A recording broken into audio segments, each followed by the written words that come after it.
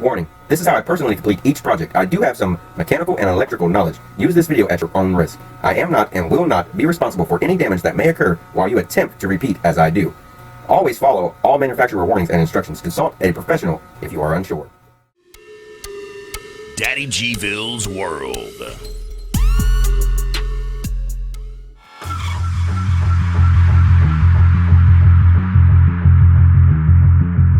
What's up, everyone? Welcome to the channel. Now, you've seen this 100 times.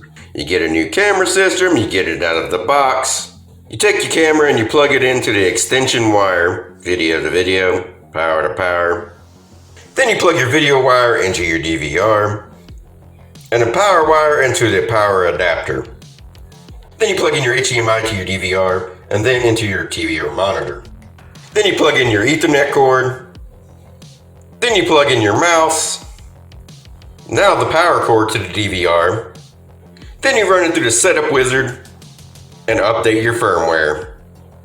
Once it's all set up, you can now start running your cords and mounting your cameras.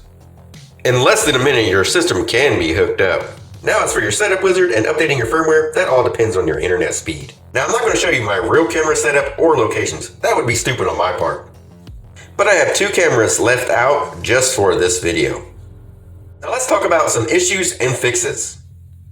Now most people, once the cords are ran and the cameras are mounted, they just leave it be and let the cameras and the DVR do its job. But once something happens, like somebody broke in or a bike was stolen, you go and check your cameras and all you see is a glimpse of the person. What the hell is that? Now you're ticked off, calling the company, saying their product is junk and calling them names. When really, it's your fault for not reading your owner's manual or researching a product before purchasing it, when you could have fixed the problem with a few clicks of the mouse. Here's why you only got a glimpse. When you first hook up your cameras, it automatically sets on time lapse, which does 1 frame per second and makes it look like pictures and missing details. What you need to do is right-click your mouse, the menu will pop up. Then go to Scenario.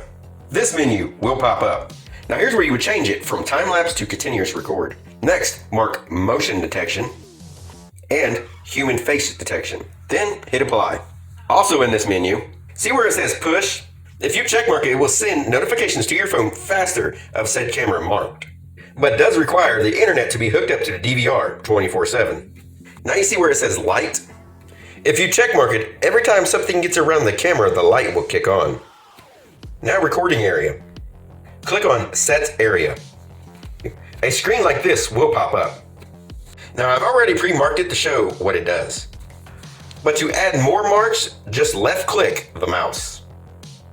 Now to remove that mark, just left-click the mouse again. The next box is for recording sensitivity. Click on the folder arrow, a list will pop up. Here's where you will set the sensitivity for each camera and marked areas. You have low, medium, and high. On to the next problem.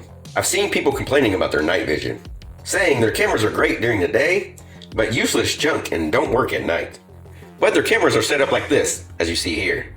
Now the issue is with this is line of sight. Now your cameras project out into this type of radius. So when your night vision kicks on, the object that blocks its full view will be the only thing it picks up with everything else pitch black.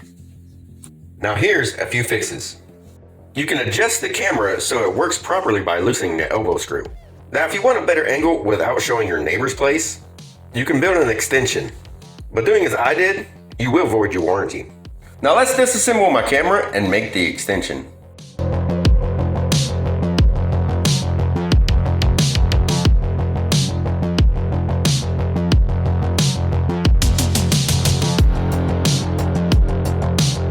Here you see the wire won't come out, but here's how you can get it apart. Remove the 2 plugs and the 2 screws in the back. Then pull the camera face out. Now carefully remove the 2 sets of wires. Then carefully remove the liquid tape so you can get the wires pulled through the back. Now here's what I used. 1/2 inch CPVC pipe, a couple of sleeves, 2 male and 2 female screw adapters. Now let's get it put together.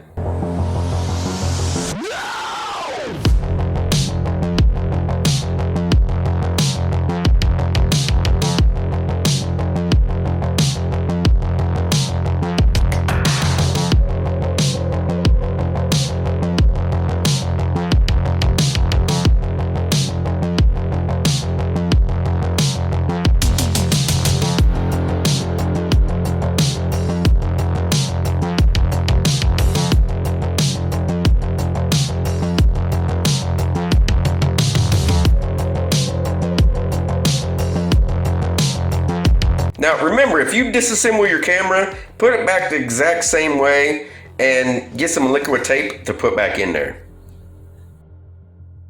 Looks good, but it needs to be white. Now it matches.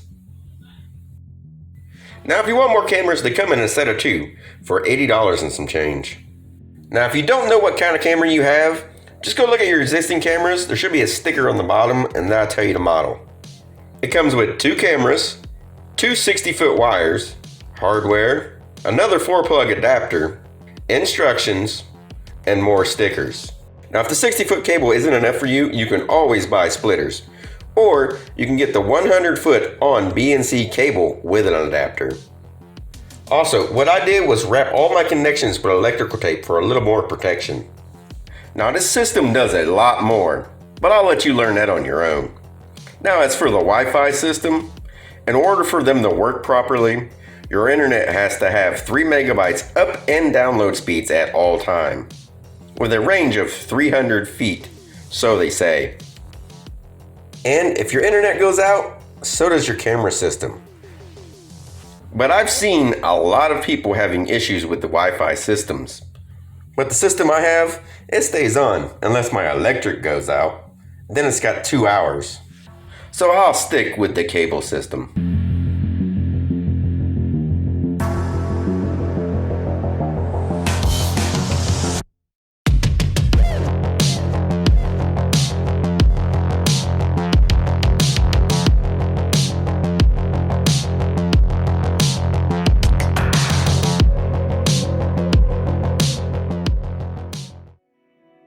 Be sure to like, subscribe, and hit that bell so you never miss a video.